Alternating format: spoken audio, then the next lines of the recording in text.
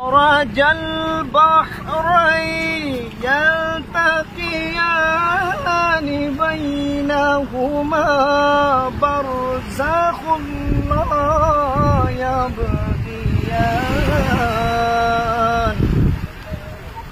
فبأي آلاء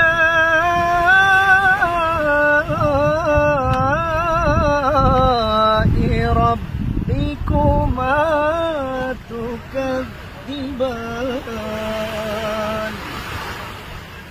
فبأي آلاء ربكما تكذبان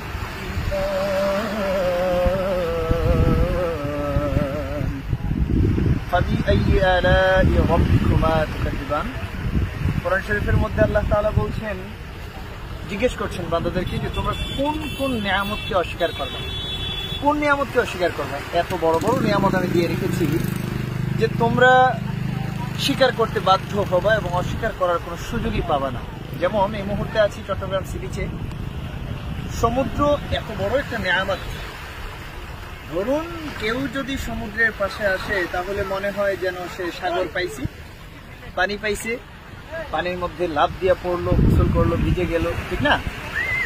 কিন্তু বিষয়টা এমন না। এখানে পা রাখার সাথে সাথে আমার কাছে মনে হলো অসংখ্য অগণিত নিয়ামত দিয়ে আল্লাহ তাআলা সমুদ্রকে মানুষের জন্য কল্যাণকর বানিয়ে দিয়েছে।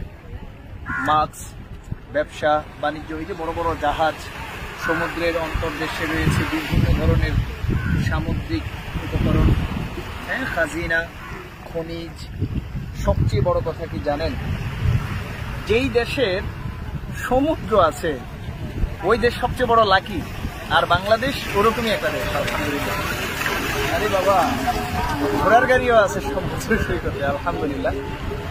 সবকিছু মিলিয়ে এখানে আসার পরে একটা কথা মনে হলো, ফাবিআইয়ি আলাই রাব্বিকুমা তুকাযিবান, মানে হলো